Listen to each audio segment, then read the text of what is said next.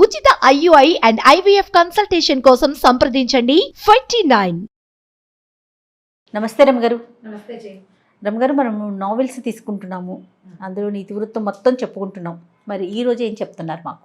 శతాబ్ది సూర్యుడు చెప్దాం జయ. శతాబ్ది సూర్యుడు మాలతి చంద్రుడు గారు రాసింది. మనసున్న మనసై చూసాం కదా, విన్నాం ఆ కథ. ఇది శతాబ్ది సూర్యుడు కూడా చాలా ఇంట్రెస్టింగ్ అండ్ చాలా ఏమనాలంటే ప్యాథటిక్ స్టోరీ అనే చెప్పాలి. ఈ ప్యాథటిక్ థింగ్ ఏంటంటే, మనం ముందు తరాల్లో అగ్రవర్ణాల వాళ్ళు నిమ్నవర్ణాల వాళ్ళని అణిచివేశారు అని మనం వింటుంటాం. ఇప్పటికీ దాని జాడలు పోల. మీరు అణిచేశారు కాబట్టి మేము ఇలా అయిపోయామని వాళ్ళు అంటుంటారు, వీళ్ళేదో అంటే గందరగోళం, అది ఎప్పుడు నడుస్తూనే ఉంటుంది. ఇప్పుడు అణిచేసిన వాళ్ళు లేరు, అణిచివేయబడ్డ వాళ్ళు లేరు, ఎవరికి వాళ్ళు వెళ్ళిపోయారు, ఎవరి దారిన వాళ్ళు. దాని ప్రెషర్ మాత్రం ఇంకా మన దగ్గర ఉండనే ఉంటుంది.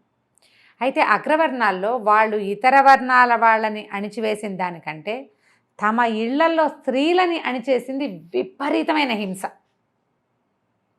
ఈ శతాబ్ది సూర్యుడు పుస్తకం గనక చదివితే ఆడవాళ్ళ జీవితం ఎంత దుర్భరంగా ఉండేదో, ఎలాంటి దౌర్భాగ్యపు జీవితం గడిపి ఉంటారో 100 సంవత్సరాల క్రితం స్త్రీలు మనకు తెలుస్తుంది. ఇది బ్రీఫ్గానే వెళ్తుంది. 4 తరాల కథ. ఎట్లాంటి చేంజెస్ వచ్చినాయి సమాజంలో చూపిస్తుంది మనకి. ఆవిడ చూపించిన చేంజ్ ఒక 10-15 ఏళ్ల క్రితంది. ఈ 15-20 ఇయర్స్లో ఇంకా ఎంత మార్పు వచ్చిందో, ఎంత వాస్ట్ డిఫరెన్స్ ఉందంటే అప్పటికి ఇప్పటికీ. ఈ సూర్యుడు అని ఒక ఆవిడ కథ ఇది. లేడీ సూరమ్మ, సూర్యుడు అని పిలిచేవాళ్ళు చిన్నప్పుడు.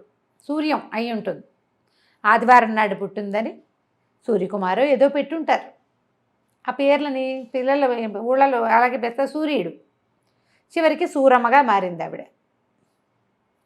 ఈ సూర్యుడికి మునిమనవరాలు అమెరికా బయలుదేరుతుంది.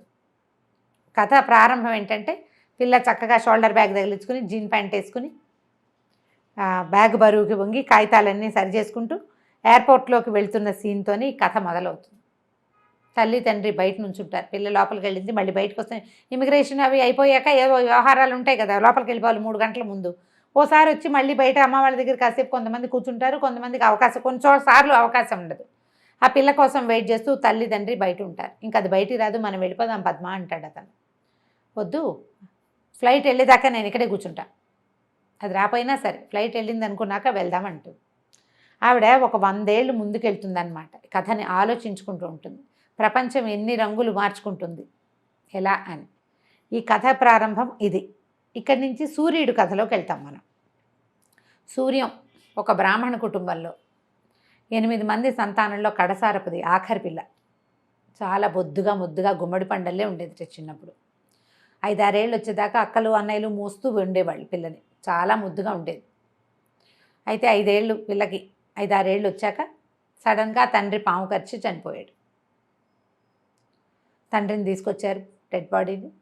పిల్లకి తెలియని అమాయకపు పిల్ల. ఎవరో ఒకళ్ళు పళ్ళు తోమటం, ఎవరో ఒకళ్ళు అన్నం పెట్టడం, జడేయటం, ఎవరో ఒకళ్ళు వదినలో అక్కయ్యలో అమ్మో ఎవరో చుట్టుపక్కల వాళ్ళు కూడా ముద్దు చేసేవాళ్ళు.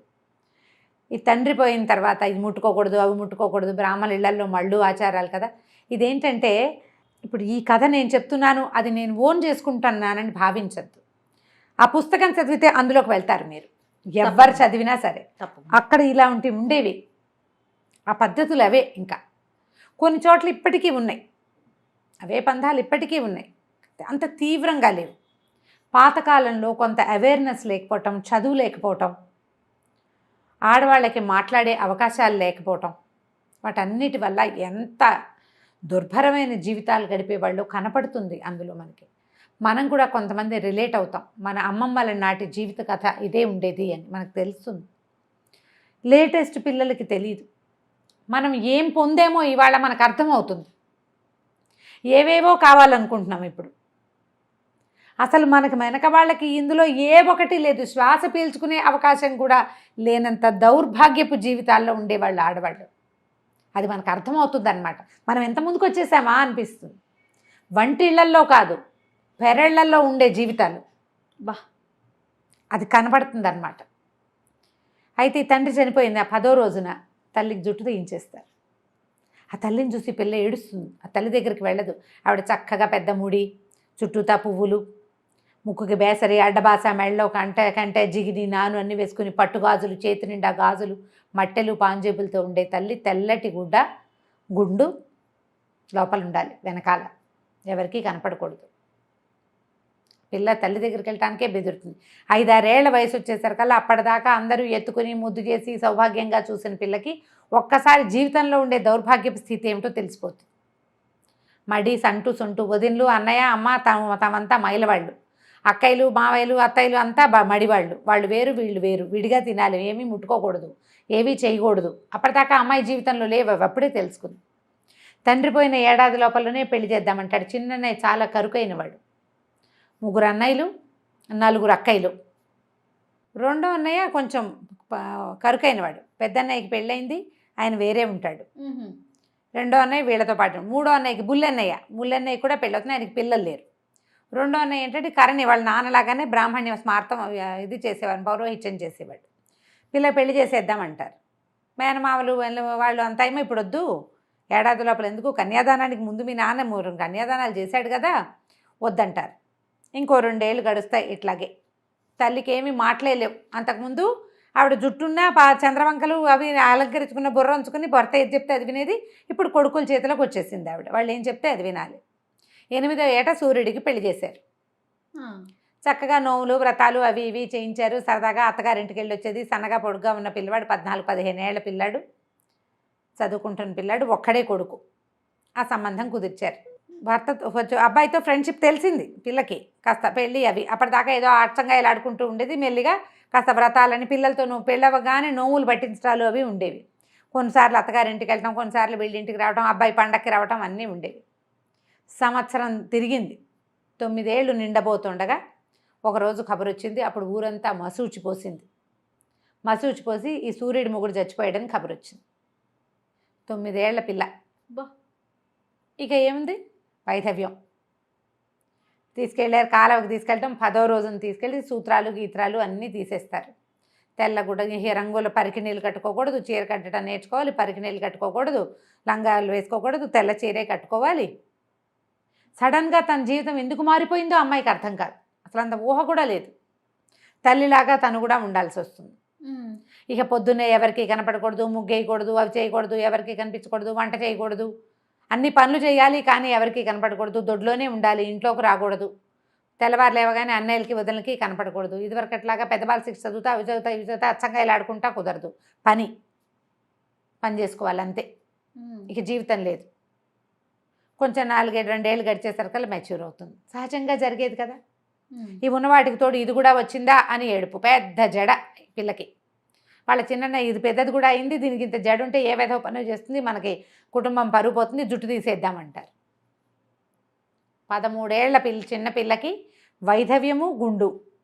పూర్వకాలం ఒక 70-80 సంవత్సరాల క్రితం ఇదే మన రాష్ట్రాల్లో ఆడపిల్లల స్థితి.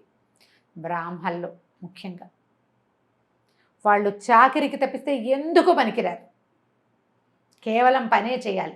జుట్టుంటే మడివంటకు పనికిరారు. ఓహో, జుట్టు తీస్తేనే కుదురుతుంది. సకేశా అకేశా అని అడుగుతాడు కన్యాశుల్కం నాటకంలో గిరీశం గారు, జుట్టుందా లేదా అని. జుట్టుంటే ఎవరో పోకిరి మగపిల్లలు ఎవరైనా వీళ్ళని లైన్లో పెట్టేస్తారు. ఇంట్లో అందరికీ సంసారాలు ఉంటాయి, అందరికీ కడుపులు, కాన్పులు, పురుళ్ళు, పుణ్యావచనాలు జరుగుతుంటాయి, వీళ్ళకి ఏమీ ఉండవు. ఎవరో ఒకళ్ళు వీళ్ళ అశక్తతని ఆసరా తీసుకుంటారు. ఆసరా తీసుకున్న వాడి దౌర్భాగ్యుడు బాగానే ఉంటాడు.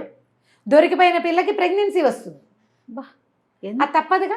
ఎంత దుర్భర పరిస్థితి కదా రమ్మగారు. అది తప్పదు కదా. అసలు అది ఎలా ఉంటుందంటే మెలిపెడుతున్నట్టుగా ఉంటుంది. ఎంత నగ్న సత్యం ఇది. తెలిసి తెలియక ఇప్పటికీ ఎవరో ఒకళ్ళ చేతులకి దొరికిపోతున్న వాళ్ళు తామని కంట్రోల్ చేసుకోలేకో, తెలివి తక్కువతనంతోటో, ఎదిరించలేకో ఇప్పటికీ అలాగే ఉన్నారు. ఇది ప్రకృతి సహజమైన వ్యవహారం, దీని నుంచి తప్పించుకోలేరు కదా. కాంక్షలు కోరికల నుంచి తప్పించుకోలేరు, దానివల్ల వచ్చే పర్యవసానాన్ని తప్పించుకోలేరు. కరెక్ట్ అండి. ఆడవాళ్ళ దౌర్భాగ్యం అక్కడుంది. అక్కడ జాగ్రత్తగా ఉండలేకపోతే మగవాళ్ళకి దొరికిపోతారు, దౌష్ట్యానికి దొరికిపోయే వాళ్ళు ఉంటారు. ఇక జుట్టు తీయించాలంటారు.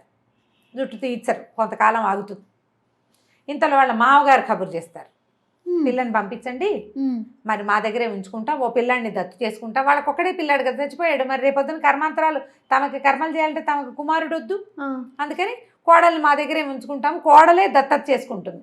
ఈ పిల్ల చూస్తే 13 ఏళ్ల పిల్ల, దీనికి ఇది పెంపకపు బాధ్యత దీనికి ఏమొస్తుందంటే, ఈ అమ్మాయికి కనుక పెంచుకోలేదనుకో, కోడలికి మనోవర్తి ఇవ్వాలి. వీళ్ళు దావా చేస్తారు, మా పిల్లకి మీ అబ్బాయి చచ్చిపోయాడు, వాడి పేరు మీద వైధవ్యం అనుభవిస్తున్న పిల్లకి మనోవర్తి. అప్పట్లో ఈ మనోవర్తివి బాగా నడిచేది.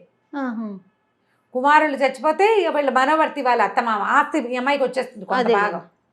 అందుకని ఈ అమ్మాయే పెంచుకున్నట్టుగా చేశారనుకో, మనోవర్తి ఇవ్వక్కర్లా. అసలు ఈ పిల్లకి మళ్ళీ పెళ్లి చేయటం అన్న ఊహ కూడా లేదు.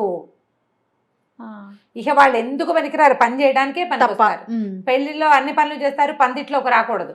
వాళ్ళు పొద్దున్నే లేవకూడదు, చూడకూడదు, సమస్తమైన పని చేయాలి, ఎదురు రాకూడదు, మాట్లాడకూడదు, నిశ్శబ్దంగా ఉండదు, దొడ్డి పెరట్లో అక్కడే ఉండాలి, ఇంట్లో కాదు.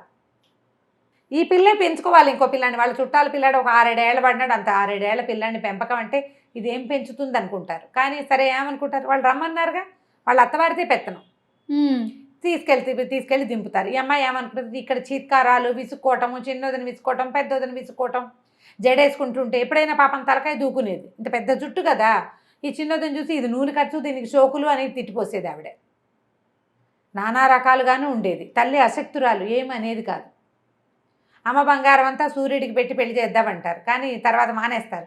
అమ్మ బంగారం అమ్మి పెళ్లి ఖర్చులు పెడతారు. పిల్లకేదో బాలతోడుకు ఒంటి మీద ఉన్న బంగారమే పెడతారు.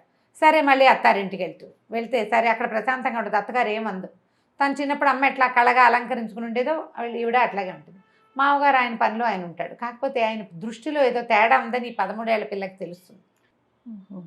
ఒకనాటి రాత్రి ఆయన ఏదో చెయ్యైపోతాడు. ఇది భయపడి అన్నయ్యకి ఉత్తరం రాస్తుంది, నన్ను తీసుకెళ్ళిపో, నేను ఇక్కడ ఉండను. చచ్చినా ఆ మాట చెప్పకూడదని తెలుసుకుంటుంది. ఆ వయసుకి విజ్ఞత వచ్చేస్తుంది. ఈయన నాతో మిస్బిహేవ్ చేశాడు అని చెప్పదు, కామ్గా ఊరుకుంటుంది. ఇంటికి వెళ్ళిపోతున్నాను, నేను ఇక్కడ ఉండలేనని చచ్చేలా ఏడుస్తుంటే ఏమంటారు, అన్నయ్య అనుకుంటాడు, పోనీలే నేను ఉంచుకుంటాను, నా దగ్గరే ఉంటుందని. బుల్లన్నయ్యకి పిల్లలు లేరు, ఆయన ఉంచుకుంటానంటాడు. ఈ అమ్మాయిని పంపేసిన సంవత్సరం తిరగకుండానే మావగారు ద్వితీయ వివాహం చేసుకున్నాడు 16 ఏళ్ల పిల్లని, వంశం నిలబడ్డానికని వస్తుంది కబురు. అప్పుడు వీళ్ళు మళ్ళీ వెళ్తే 2000 రూపాయల మనోవర్తి కింద ఇస్తారు. ఆ డబ్బులు చేత్తో పుచ్చుకొని చెల్లెల్ని తీసుకొచ్చేసి ఇంకా జుట్టు ఉంచరు, జుట్టు తీయించేస్తారు. తెల్ల పంచ, 16 ఏళ్ల పిల్ల తెల్ల పంచ కట్టుకోవాలి. అప్పట్లో బ్లౌజులు కూడా వేసుకునేవాళ్ళు కాదు, రవికేసుకోకూడదు. కాకపోతే ఏంటంటే చిన్నపిల్ల కదా అని దీనికి అమ్మాయి మరి ఇంకా ఎదిగే వయసులో ఉండగానే కదా భర్త పోయాడు, పొడుగు చేతులు రవికలు కుట్టించేవాళ్ళట. ఆ కథలో ఉంటుంది అట్లా. ఒకసారి కళ్ళు మూసుకుని అది ఊహిస్తే మామూలుగా కదా, వెన్నులోంచి పాము పరిగెడుతున్నట్టు ఉంటుంది, వెన్నుపూసలు. భయం, ఏమిటి ఎక్కడి నుంచి ఎక్కడికి వచ్చామారా మనం అనిపిస్తుంది. సంతోషించాలో ఏం చేయాలి ఏమిటి అసలు, ఆ రోజులను ఊహిస్తేనే భయం వేస్తుంది. ఈవిడికి ఊహలు వచ్చేవి, కొంచెం చదువుకుంది. అన్నయ్య పెద్ద బాల శిక్ష అవి ఇవి చదివించాడు. ఆ పత్రికలు ఈ పత్రికలు చదివినప్పుడు వీరేశలింగం పంతులు గారు రాజమండ్రి వెళ్ళి నా జుట్టు తీస్తున్నప్పుడు వెళ్ళి పంతులు గారి దగ్గరికి వెళ్ళిపోతే పోయేది, హాయిగా పెళ్లి చేసుకుని సుఖంగా ఉండేదని. వీళ్ళందరి దగ్గర చాకరీ చేయాల్సి వచ్చేది. టెన్నిస్ బాల్ లాగా పెద్దక్కయ్య గారింట్లో ఫంక్షను, పెళ్ళి, పేరెంటం, పురుడు పని చేయాలి. చిన్నక్కయ్య ఇంట్లో అదేదో, పెద్దక్కయ్య ఇంట్లో ఇది, అన్న ఇంట్లో ఇది, పిల్లలు పెద్దవాళ్ళు అయ్యారు, మెచ్యూర్ ఫంక్షన్స్, అన్నిటికీ పని పని పని పని పని తప్ప ఎక్కడ బహుమతి లేదు, మెప్పు లేదు, దేనికి ఒక గుర్తింపు లేదు. యంత్రాన్ని చూసినట్టు పనికి మాత్రమే గుర్తింపు. అయితే చిన్నక్కయ్య కూతురు పెళ్ళికి వెళ్తుంది. పెళ్ళిలో అంతా పనిచేశాక పెళ్ళికి వెళ్ళేటప్పుడు తెల్ల చీరలు అశుభమని మీ బావ కొనలేదే, నాదే పాత చీర, ఈసారి వచ్చినప్పుడు కొనిపెడతానని చీర కూడా కొనిపెట్టకుండా చాకరీ చేయించుకుని పంపిస్తుంది చిన్నక్కయ్య చెల్లెలు. మనుషులు వాళ్ళందరూ కూడా ఇప్పుడు మన చెల్లెలేని ఆపేక్షగా ఉండేవాళ్ళు కాదు మనుషులు. ఇప్పుడు లేరు అట్లా. ఇప్పుడు కూడా చాకరీ చేయడానికి ఒకళ్ళు ఉంటే వాళ్ళు ఒక చులకనగా ఉంటుంది. ఎవరైనా మన కింద పనిచేస్తుంటే మనకి చులకనే, కృతజ్ఞత ఉండదు.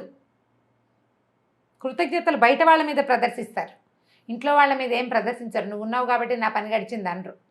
అయితే కొద్ది రోజుల తర్వాత మళ్ళీ కబురు ఏమొస్తుందంటే, ఈ చిన్నక్కయ్య కూతురు ఏ పిల్లకైతే పెళ్ళికి వెళ్ళిందో ఆ పిల్ల పురిటికి వచ్చిందని దానికి ఒంట్లో బాగుండలేదు, సాయం రమ్మంటుంది చిన్నక్కయ్య. ఆ పిల్లకి ఏదో పాపం చాలా అనారోగ్యం, ఇంత పొట్ట పీచులాగా కాళ్ళు చేతులు సన్నగా ఉండి కడుపుతో ఉంటుంది, కనడానికి సిద్ధంగా ఉంటుంది. ఆ పిల్ల డెలివరీలో పోతుంది. చచ్చిపోతుంది అమ్మాయి, అక్కయ్య కూతురు. ఈ పుట్టిన పిల్లని ఎవ్వరూ ఎత్తుకోరు. నా పిల్ల చావుకు వచ్చిందంటారు. ఈ చంటి పిల్లని ఏం చేస్తుంది, ఈ సూర్యుడే ఒళ్ళో వేసుకుని కూర్చుంటుంది.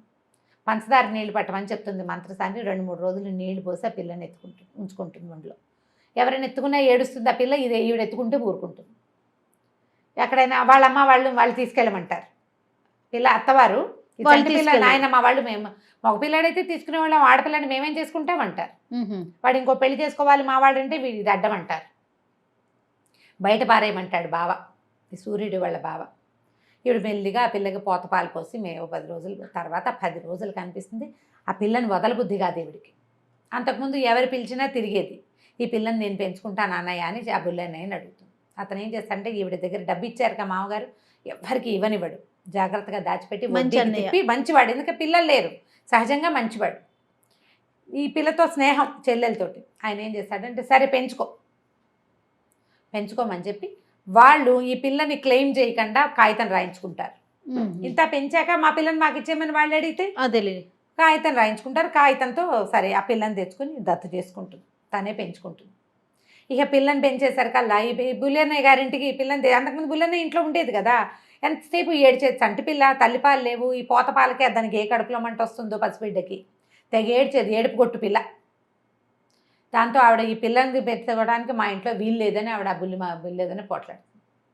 సరే అయితే నాకు ఇంకో ఇల్లు చూడు, నా పిల్లని పెట్టుకుంటాను నేనంటూ. ఈయన ఏం చేస్తాడంటే, డబ్బులు దాచాడు కదా, ఒక ఆ సందులోనే ఆ వీధిలోనే ఓ పక్కన ఒక 3 గదుల ఇల్లు అమ్మకానికి వస్తే ఇల్లు కొనేస్తాడు. కొనేసి ఈ పిల్లని తల్లిని అక్కడ పెడతాడు. గృహప్రవేశం బుల్లన్నయ్య బుల్లొదిన చేస్తారు. వాళ్లే కూర్చుని ఈ పిల్లకి పేరు కూడా పెడతారు, కమల అని పేరు పెట్టిస్తుంది. ఆ పిల్ల చక్కగా పెరుగుతుంది. చిన్నప్పుడు ఏడుపు కొట్టుగా ఉండేది, కానీ పెద్ద అయ్యే కొందికి చక్కగా పెద్ద పెద్ద కళ్ళు, నాజుగ్గా పచ్చటి పిల్ల. స్కూల్లో చేర్పించుకుంటుంది. ఇంకా నా పిల్ల కుదరదు, ఎవరైనా పిలిచినా చంటి పిల్లని వదిలిపెట్టి నేను ఎక్కడ రాను అంటుంది. క్రమంగా పిల్లని ఎక్కడికి పంపకూడదు, ఎవరిళ్ళకి నేను వెళ్ళను, నా పిల్లని నేను చూసుకోవాలి. డబ్బులు ఉన్నాయి, తన దగ్గర డబ్బు ఉంది కదా, మావగారు ఇచ్చింది 2000 రూపాయలు అంటే ఆ రోజుల్లో ఎంతో లక్షలు అవి. ఆ డబ్బు వడ్డీకి తిప్పుతాడు అన్నయ్య. క్రమంగా పక్కన ఇంకో వాటా వేసిస్తాడు చెల్లెలకి ఆయన, ఆవిడ డబ్బులతోటి. అది అద్దెకిస్తే అద్దె డబ్బులు వస్తాయి. పిల్లని చక్కగా పోతకలాగా పెంచుకుంటుంది. 4th ఫారమో ఏదో చదువులోకి వస్తుంది, పెళ్లి సంబంధాలు చూడడం మొదలు పెడుతుంది. ఈ లోపల చిన్నక్కయ్య రంగప్రవేశం చేస్తుంది. నా మనవరాలు కదా, నా చిన్న కొడుకు ఇవ్వు నీ పిల్లని అని. ఇది చదువుకుంటుంది, నీ కొడుక్కి సరిగ్గా చదువు లేదంటుంది చెల్లెలు సూర్యుడు. ఆవిడ కాదంటుంది, కాదు వాడికి మంచివాడే, వాడికి మార్కులు రాలేదు, మాస్టర్లకి మావాడంటే గిట్టదు, అందుకని ఫెయిల్ చేశారు, వాడు సిగరెట్లు కాలుస్తాట, నాకు వద్దంటుంది ఈవిడ. ఏమైనా సరే నా మనవరాలు నా కొడుకే ఇవ్వాలని ఆవిడ బలవంత పెట్టి పెళ్లి చేస్తుంది. ఈ కమల ఊరుకుంటుంది, మెతకది. తల్లి ఎంత ముద్దుగా చేసినా గారాబం చేసినా పెంకితనం రాలేదు ఆ పాపం ఆ పిల్లకి. ఆ బుల్లి తాతయ్య బుల్లి మామ వాళ్ళతో పాటు ఉండి మొత్తాన్ని పెళ్లి చేసేస్తారు. పెళ్ళి అయిపోతుంది, మంచి మార్కులు వస్తాయి. కానీ ఈ సత్యం ఆ పిల్లాడి పేరు. అతని అమ్మాయితోటి ఏమీ సరిగ్గా ఉంటాడు, జంతువులాగా మీదకి వస్తాడు అమ్మాయి మీదకి. దానికి వాడంటేనే భయం.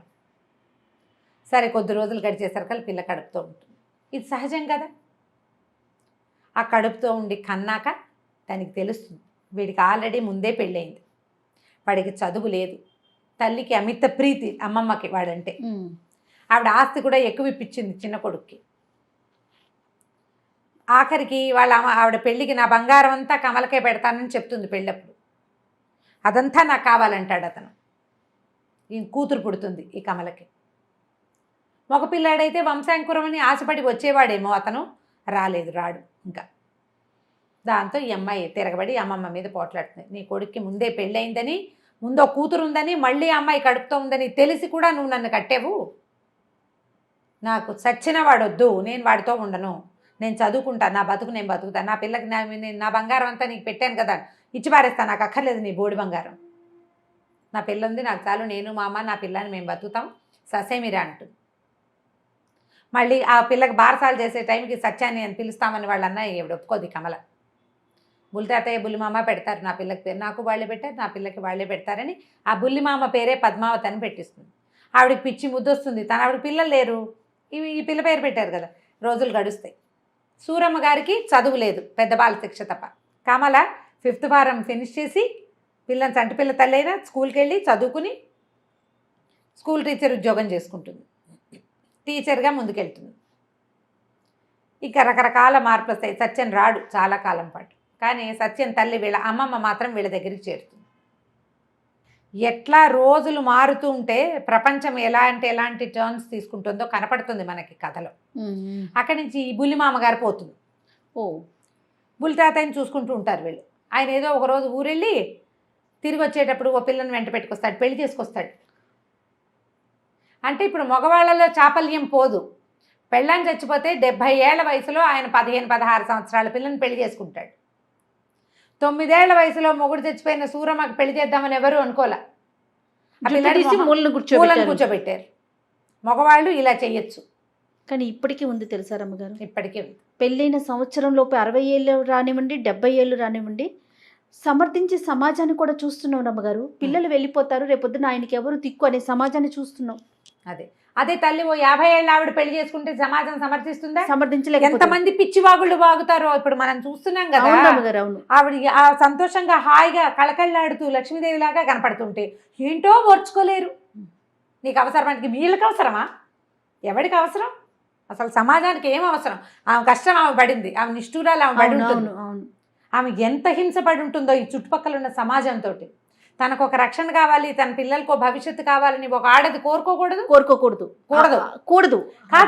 సమాజంలో సగం సమాజం ఆమెను సమర్థిస్తే మిగిలిన సగం సమాజం ఇంకా ఆ వెనకబడిన దౌర్భాగ్యపు బూజుపట్టిన మాష్టి భావాలతోటే ఉన్నారు. ఎప్పటికి పెరుగుతారో వీళ్ళు. కాదు, ప్రతి స్త్రీలోనూ తల్లిని చెల్లిని ఎందుకు ఊహించలేకపోతారు. మన చెల్లి అయితే, మన అక్క అయితే, మన కూతురు అయితే అలా ఉన్నా కూడా ఇంట్లోనే పెట్టుకునే వాళ్ళు ఉన్నారు రమ్మగారు. ఉన్నారు దౌర్భాగ్యులు. మన చెల్లైనా మన తల్లైనా సరే కాలరు వాళ్ళు.